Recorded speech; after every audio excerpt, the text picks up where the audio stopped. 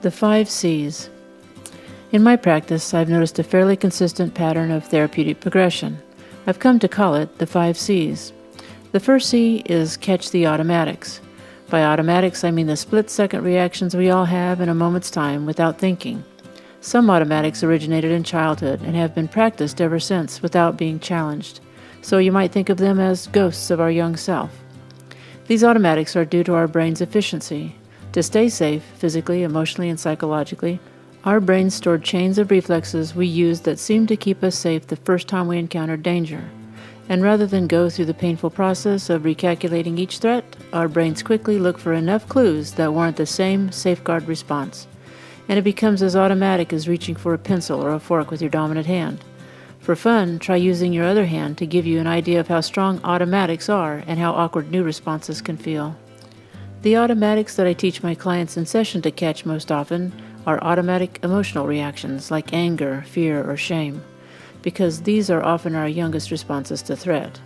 Once an automatic trigger has been pulled, our brains also try to jump to fix whatever is stirring the emotional pain. We rarely pause long enough to discover if this automatic is appropriate for the situation, or even whether it is needed at all. So to catch the automatic is to pause long enough to notice the emotion before we jump to the fix-it mode. I often suggest to my clients that, once they catch the automatic emotion, try setting the emotion aside by labeling it, like saying, "I'm feeling shame or anger right now." That way, they are not attempting to deny or judge the emotion, but actually identifying it without acting on it. Only then can they move through the healing process of the next 4 C's. For all of us, once we pause and set the automatic emotion aside for the moment, the second C is the healing process of compassion for our humanity. Remember, we are all human. We started out human, and we will be human until we die. Oftentimes we are the only ones surprised by our own humanity, but this Earth suit we are navigating planet Earth in is actually designed to have limitations and vulnerabilities. So giving ourselves a little break for being flawed can go a long way in relaxing enough for the next C. The third C is curiosity. This is what I facilitate the most in my sessions. Curiosity is an unbiased, non-judgmental look at our automatic reactions and where they came from. In other words, none of our reactions to environmental stimuli are new. They actually have been developing over time and have been practiced by us without much conscious awareness. To curiously find the origin of our automatics is like a treasure hunt, and oftentimes leads back to our childhood. The origin is often a wound, real or perceived, that we want to avoid experiencing again. In fact, one of the best ways to find the origin is to ask yourself, how old do I feel when I react this way? You may or may not get a feel for your age in that moment, but it's worth letting the brain ponder that question. Sometimes the first number that pops into your mind is the actual age of the original wounding. Once you find or get close to finding the origin, the 4th C comes into play. Challenge your belief system. Whenever we encounter pain in childhood, we find ways to make sense of it and how to avoid it the next time. It's called a belief system. I believe the majority of our belief systems are formed between ages 5 and 12. The reason for this is because of brain development. Jean Piaget, a Swiss psychologist, identified this stage of cognitive development as the concrete operation stage, meaning we think in dualism, black and white, right and wrong.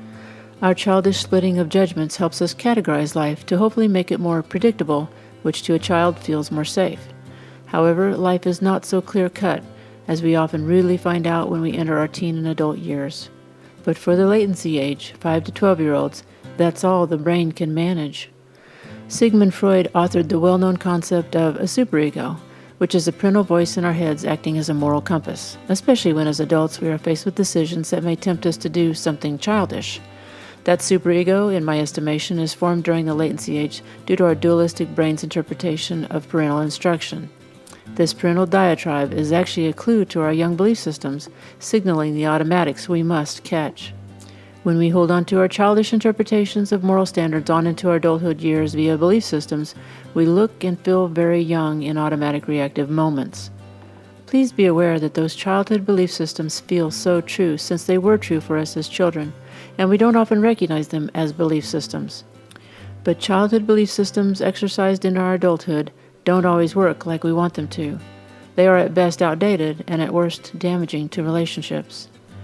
The 5th C arises out of this whole process, and it's called choice.